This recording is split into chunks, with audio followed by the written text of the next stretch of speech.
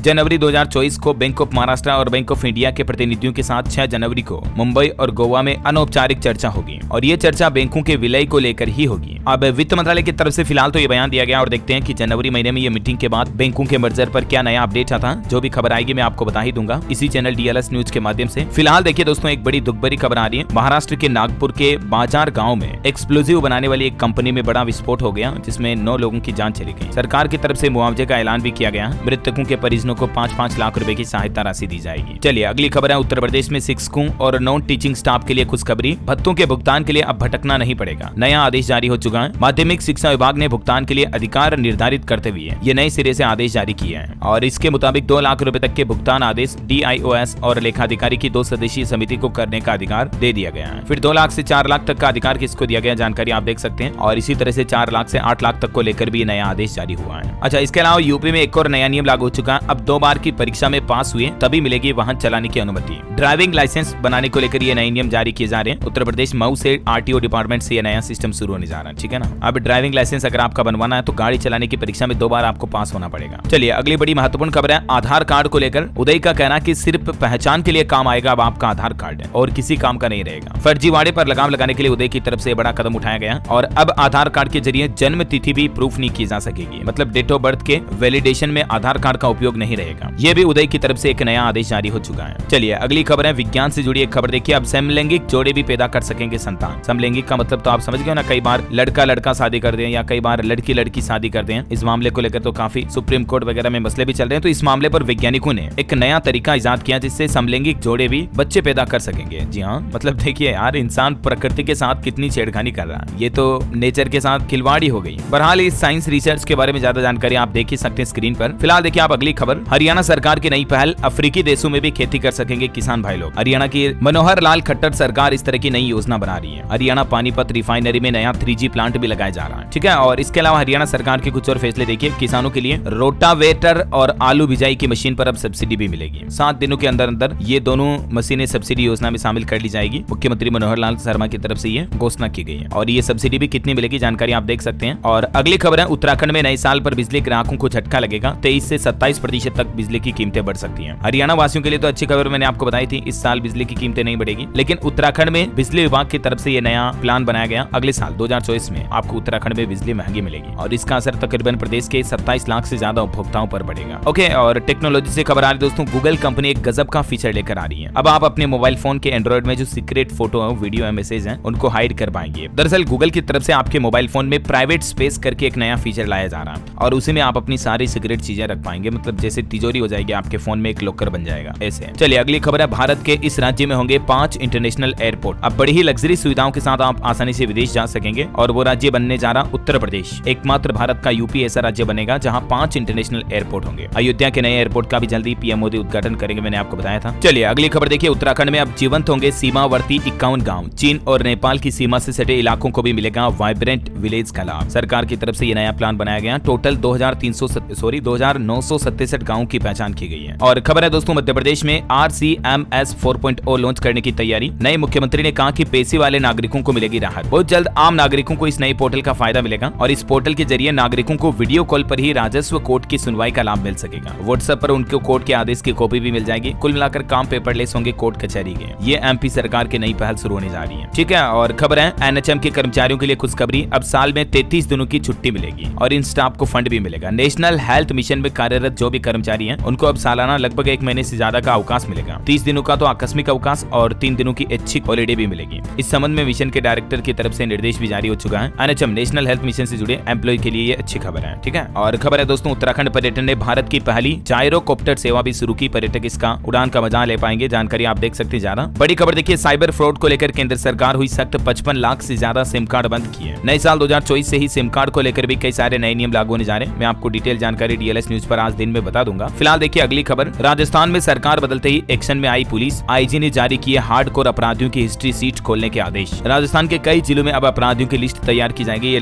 जिलों की लिस्ट भी आप देख सकते हैं, ठीक है, और उन पर सख्त कार्रवाई होगी। राजस्थान के जो नए मुख्यमंत्री बने भजन लाल शर्मा, उन्होंने एक और बड़ा आदेश जारी किया। कहा कि सभी राजनीतिक नियुक्तियों को रद्द किया जाए और मनोनयन भी नए सिरे से तय होगा। राजस्थान की भजन लाल सरकार ने पूर्व में गहलोत सरकार के द्वारा की गई सभी राजनीतिक नियुक्तियों को फिलहाल रद्द कर दिया और इस संबंध में नया ऑर्डर भी जारी हो चुका है, जानकारी आप देख सकते हैं। और वहीं खबर देखिए, भजन लाल सरकार में 15 से 17 मंत्री बनेंगे। दिल्ली में JP नड्डा के घर पर चली 1.5 घंटे बैठक, जल्द ही होगा मंत्रिमंडल का गठन भी। चलिए अगली खबर है, केंद्र सरकार के फैसले के बाद उत्तर प्रदेश की चीनी मिलों को बड़ी राहत मिली है। गन्ना किसानों को भी इसका लाभ मिलेगा। दरअसल हाल ही में आपको पता होगा, सरकार ने गन्ने के द्वारा एथेनॉल उत्पादन पर प्रतिबंध लगा दिया था, राइट। तो अब एक नया आदेश जारी किया। चीनी मिलें अपने कुल चीनी स्टॉक में से 17 लाख टन चीनी सीधे गन्ने के रस से बना सकेगी और इस संबंध में केंद्र सरकार की तरफ से एक सप्ताह पहले पुराने फैसले को भी पलट दिया। और बड़ी खबर है, बिहार के 22,000 शिक्षकों की नौकरी पर छाया संकट। सुप्रीम कोर्ट का दरवाजा खटखटाएगी बिहार की नीतीश सरकार। हाल ही में जो बिहार के हाईकोर्ट, पटना हाईकोर्ट की तरफ से आदेश सुनाया था ना टीचर भर्ती को लेकर, तो उसके खिलाफ अब बिहार सरकार सुप्रीम कोर्ट जाने जा रही है, जानकारी आप देख सकते हैं। और खबर है, झारखंड सरकार की 4थी सालगिरह पर मुख्यमंत्री हेमंत सोरेन की सौगात, 7,000 युवाओं को मिलेगी नौकरी। जी हाँ, मुख्यमंत्री हेमंत सोरेन सरकार को 4 साल पूरे होने के मौके पर 29 दिसंबर को 7,000 युवाओं को नियुक्ति पत्र सौंपे जाएंगे। ओके, और खबर है, बिहार में चाय की खेती करने पर अब सरकार 50% तक सब्सिडी भी देगी किसान भाई लोगों को। फिलहाल किशनगंज जिले से ये नई सुविधा मतलब नई योजना शुरू की गई है और बाकी धीरे धीरे पूरे बिहार में किसानों को 50% तक सब्सिडी दी जाएगी चाय खेती पर। चलिए खबर है, हरियाणा में नशा रोकने के लिए पहाड़ी परंपरा बनेगी आधार। तस्कर और नशेड़ियों को लोटा नमक की शपथ दिलाई जाएगी। NCB इसी महीने शुरू करेगा ये नया अभियान। NCB यानी कि नारकोटिक्स कंट्रोल ब्यूरो, हरियाणा की तरफ से ये एक नया अभियान शुरू किया जाना। युवाओं को मतलब ये एक पुरानी मान्यता पहाड़ी परंपरा के मुताबिक लोटा और नमक को को हाथ में रख करके शपथ लेते हैं तो उसके बाद वो काम नहीं करते हैं। तो ऐसे ही नशेड़ियों को शपथ दिलाएगी हरियाणा एनसीबी इसी पुरानी परंपरा के मुताबिक, ताकि वो नशा छोड़ दें ऐसा।